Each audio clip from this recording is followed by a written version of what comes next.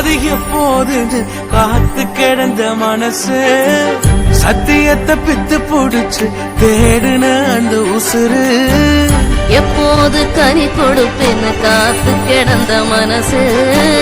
சத்தியத்தை பித்து புடிச்சு தேடுன அந்த உசுறு நான் ஜெபிச்ச ஜெபமெல்லாம் வீணா போகவில்லை நான் விதைச்ச விதையெல்லாம் தரிசமாறவில்லை நான் ஜெபிச்ச ஜெபமெல்லாம் வீணா போகவில்லை நான் விதைச்ச விதையெல்லாம் தரிசமாறவில்லை